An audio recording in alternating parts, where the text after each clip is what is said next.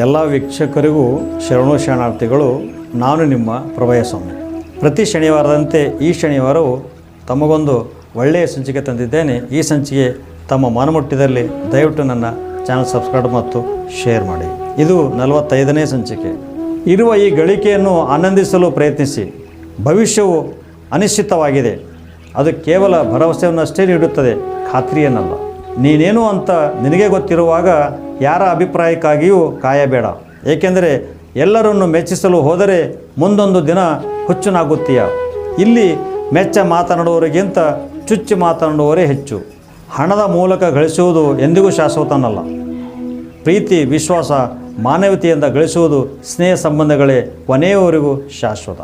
ನಮ್ಮ ಚಿಂತೆಯು ನಾಳಿನ ಬಿಕ್ಕಟ್ಟನ್ನು ತೆಗೆದುಕೊಳ್ಳುವುದಿಲ್ಲ, ಅದು ಇಂದಿನ ಶಾಂತಿ ಕಸಿದುಕೊಳ್ಳುತ್ತದೆ. ಅನೇಕ ಸಾರಿ ನಾವು ಬಯಸಿದ್ದು ಸಿಗದೇ ಇರುವುದೇ ಒಳ್ಳೆಯದಾಗಲು ಕಾರಣವಾಗಿರುತ್ತದೆ.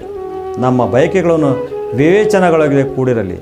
ಕುದುರೆ ಎಷ್ಟೇ ಚೆನ್ನಾಗಿ ಗಾಡಿ ಎಳೆದರೂ ಚಾಟಿ ಮಾತ್ರ ತಪ್ಪದ್ದಿಲ್ಲ. ಮರ ಎಷ್ಟೇ ರುಚಿಯಾಗಿ ಹಣ್ಣು ಕೊಟ್ಟರೂ ಕಲ್ಲು ಏಟು ತಪ್ಪಿದ್ದಿಲ್ಲ. ಮನುಷ್ಯ ಎಷ್ಟೇ ಶ್ರೇಷ್ಠ ವ್ಯಕ್ತಿಯಾದರೂ ಜನರು ನಿಂದನೆ ತಪ್ಪಿದ್ದಲ್ಲ. ಸವಾಲುಗಳು ಜೀವನದಲ್ಲಿ ಆಸಕ್ತಿಯನ್ನು ಉಳಿಸಿಕೊಳ್ಳಲು ಸಹಕರಿಸುತ್ತವೆ. ಅವುಗಳನ್ನು ಎದುರಿಸಿ ಗೆದ್ದಾಗ ಸಂತೋಷಕ್ಕೆ ಆ ಸಾಟಿಯೇ ಇಲ್ಲ. ಜಗತ್ತಿನ ಅನೇಕ ಸಮಸ್ಯೆಗಳಿಗೆ ಇವತ್ತಿಗೂ ಉತ್ತರ ಸಿಕ್ಕಿಲ್ಲ. ಆದರೆ ಜಗತ್ತು ಬೆಳೆಯುವುದು ಇನ್ನೂ ನಿಂತಿಲ್ಲ. ಏಕೆಂದರೆ ಕಾಡುವ ಶಕ್ತಿಗಿಂತ ಕಾಪಾಡುವ ಶಕ್ತಿ ಬಲಿಷ್ಠವಾಗಿದೆ. ಮನುಷ್ಯನ ತೊಂದರೆಗೀಡಾದಾಗ ಮನಸ್ಸನ್ನು ಶಾಂತವಾಗಿರಿಸಿಕೊಳ್ಳಬೇಕು. ಆ ತೊಂದರೆಗೆ ಪರಿಹಾರ ಬೇಗನೆ ಸಿಗುತ್ತದೆ. ಇಲ್ಲದಿದ್ದರೆ ಮನಸ್ಸು ತುಂಬ ಭಾರವಾಗಿ ಇನ್ನಷ್ಟು ತೊಂದರೆಗೀಡಾಗುತ್ತಾನೆ. ಇರಬೇಕಿಲ್ಲ ನಾವು ಅವರಂತೆ ಇವರಂತೆ, ಇದ್ದರೆ ಸಾಕು ಯಾರಿಗೂ ಹೊರೆಯಾಗದಂತೆ. ಬೇಕಿಲ್ಲ ನಮಗೆ ಅವರ ಹಾಗಂತೆ ಹೀಗಂತೆ, ನಮ್ಮಷ್ಟಕ್ಕೆ ನಾವಿದ್ದರೆ ಇಲ್ಲ ಬೇರಾವ ಚಿಂತೆ. ಸುಖ ದುಃಖ ನಾದರೇನಂತೆ, ಬಂದಿದ್ದು ಸ್ವೀಕರಿಸ ಬಂದಂತೆ.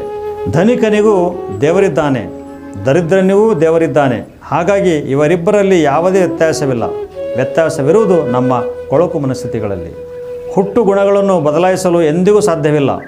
ಬೇವಿನ ಗಿಡ ಮೇಲೆ ಹಾಲಿನ ಅಭಿಷೇಕ ಮಾಡಿದರೂ ಬೇವು ಬೇವಾಗಿಯೇ ಇರುತ್ತದೆ ಹೊರತು ಅದು ಬೆಲ್ಲವಾಗಲು ಸಾಧ್ಯವಿಲ್ಲ. ಪ್ರತಿ ಗೆಲುವು ಒಂದು ಬಲಿ ಕೇಳುತ್ತದೆ. ನಿಮ್ಮ ನಿದ್ದೆ, ಆಟ, ಸಿನಿಮಾ, ಹರಟೆ, ತಿರುಗಾಟ ಒಂದೊಂದನ್ನಾಗಿ ನೀವು ಬಲಿ ಕೊಡುತ್ತಾ ಬನ್ನಿ. ಗೆಲುವು ಬಹಳ ಹತ್ತಿರವಾಗುತ್ತಾ ನಿಮಗೆ ಬರುತ್ತದೆ. ಪ್ರತಿಯೊಬ್ಬರೂ ಜೀವನದಲ್ಲಿ ಖುಷಿಯಾಗಿರಲು ಇಷ್ಟಪಡುತ್ತಾರೆ.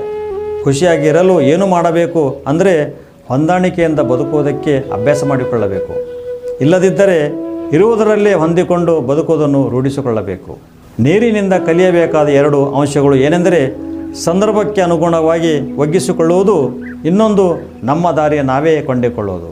ಭಕ್ತಿ, ದಾನ, ಧರ್ಮಗಳೇ ಮೊದಲಾದವುಗಳಲ್ಲಿ ನಾನು ಎಂಬ ಅಹಂಕಾರವಿರಬಾರದು.